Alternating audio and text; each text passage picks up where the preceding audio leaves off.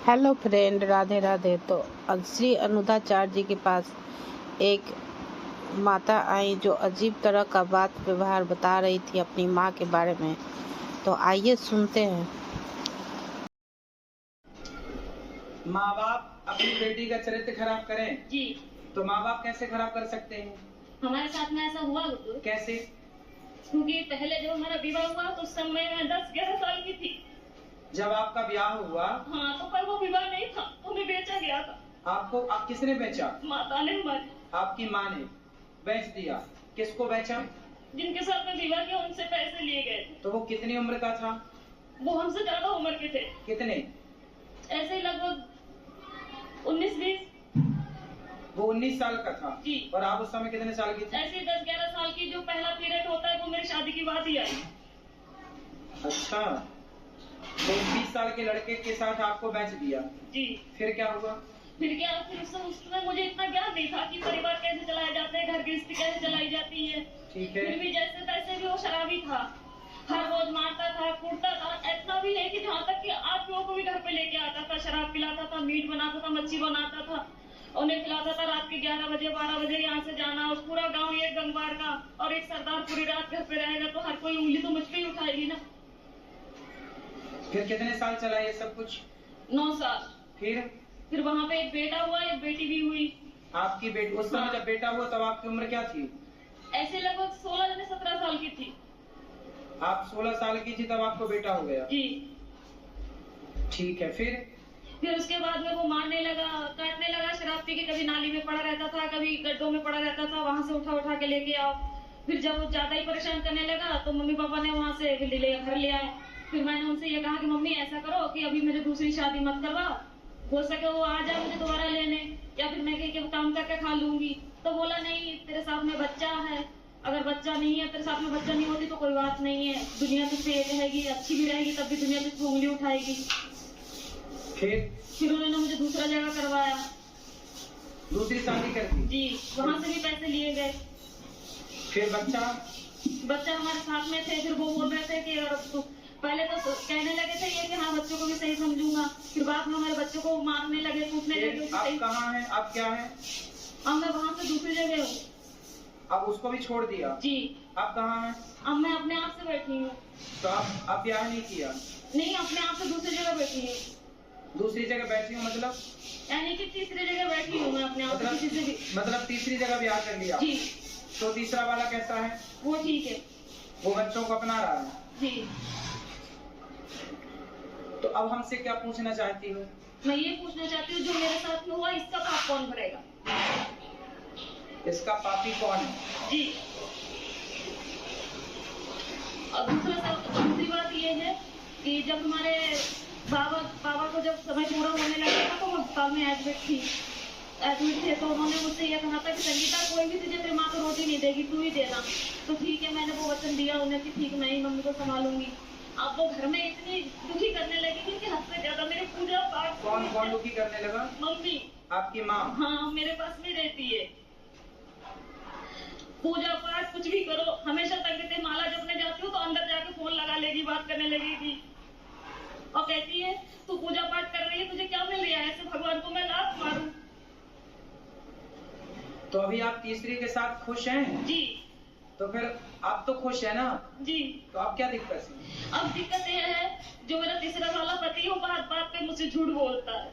अच्छा, क्या झूठ बोलता है? यही कोई भी बात हो मैं इनसे ये बोलती हूँ कि जो भी बात हो सच बोलो करो, पर ये है कि जो भी बात करते ऐसा है कि इनकी दूसरी पत्नी भी है। अच्छा।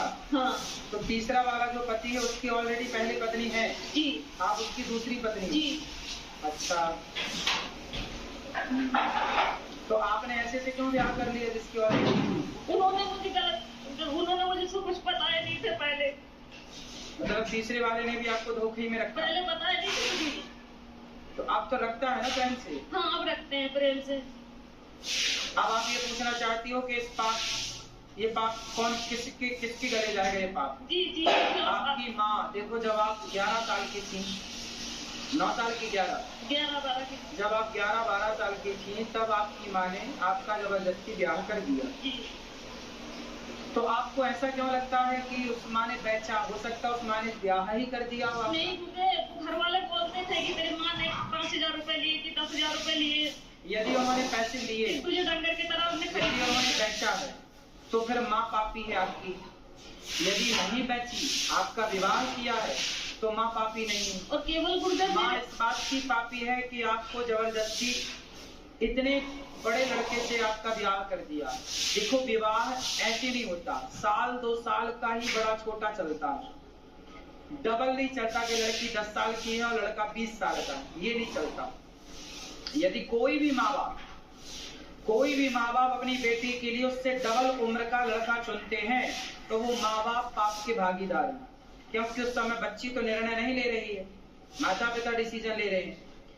तो लड़की के लिए वर कैसा होना चाहिए? लड़की 10 साल की, लड़की 20 साल की है, तो लड़का 22 साल का हो, 25 साल का हो, बस ज्यादा उम्र वाला ना हो।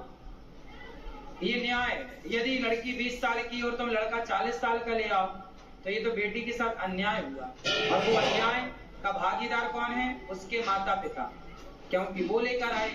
तो केवल गुरुदेव मेरे साथ में ये हादसा नहीं हुई है, मेरे सभी बहनों के साथ में ऐसा किया गया। पास में ही रहती है, इस समय दूसरे जीजा के पास में है। तो कैसी माँ है? निर्दयी है। मैं ये पूछना चाहती हूँ कि अब मैं करूँ क्या? पापा को भी यही वचन दिया मैंने कि मैं रखूंगी, और वो घर में इतनी दुखी कर रही है कि मेरा खाना पीना हरा हो। तो माँ को भेजो क्यों? ऐसी माँ को जो आपको बेच रही है, जो आपके साथ गलत काम कर रही है। ऐसे लोग दया के पात्र नहीं है। यदि पहले ये कंफर्म करो कि माँ, हो सकता माँ सही हो, गलत है, तो आप उनको खाना पीना देना आपका कर्तव्य भी है। बूढ़ी अम्मा कहाँ जाएगी? इंसानियत तो कहती है कि आप उनको खाना पीना दो, लेकिन वो दया का पात्र नहीं। जब धृतराष्ट्र के 100 बेटे मारे गए, तब भीम भैया धृतराष्ट्र को रोटियां ऐसे कुत्तों की तरह देते, बुढ़े खा ला। तो लोग कहते हैं, अरे भीम, वो तेरा बाप है, बड़े पिता है ना धृतराष्ट्र, भीम के तेरा बड़ा पिता है, तू कैसे कुत्तों की तरह परोसता है? तो भीम भैया बोले कि मैं ही क्या पुत्र धर्म निभाऊं? ये वही बाप है जिसने भरी सभा में द्रौपदी लुट रही थी और ये चुपचाप तमाशा देख रहा था। क्या मैं ही धर्म का पालन करूं? इसका कोई धर्म नहीं है। ये वही धृतराष्ट्र है जो भीम को गले लगाने के बहाने दबाकर मारना चाहा, वो तो भगवान ने दूसरा पुतला दे दिया भीम का। कुल मिलाकर के ये धृतराष्ट्र इस दया का योग्य नहीं है, दया का पात्र नहीं है। कुछ लोग दया के पात्र होते हैं, कुछ लोग दया के योग्य भी नहीं होते। फिर भी आप दया करके रोटी तो दो, सेवा तो कर लो। अब जो किया उसने, वो पाप भोगेगी। आप क्यों पाप मोल लो? आप सेवा ना करके पाप क्यों मोल लो? आपके आश्रित है तो सेवा करना। घर में कलेश ये करती है ना कि जब मैं माला लेके बैठूं तो उसी कमरे में चली जाएगी, फोन लगा के बात करने लगेगी। हाँ, तो उसको फोन लेके हटाओ। किससे बात करना बुढ़ापे में? उसको बहनों से कुछ नहीं तो हर मोबाइल लेके रख लो, बोले मोबाइल नहीं मिलेगा, फिर लड़ाई हो जाती है, घर में कलेश करने लगती है वो। तो फिर आप जानो और आपकी माँ जाने, मैं क्या करूं बताओ? क्या करूं मैं बताओ?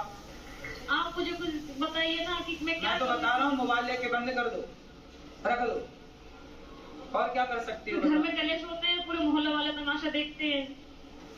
तो फिर क्या करें? हम बताओ, हमें बताओ, हम क्या करें? क्या उत्तर दें आपके प्रश्न का?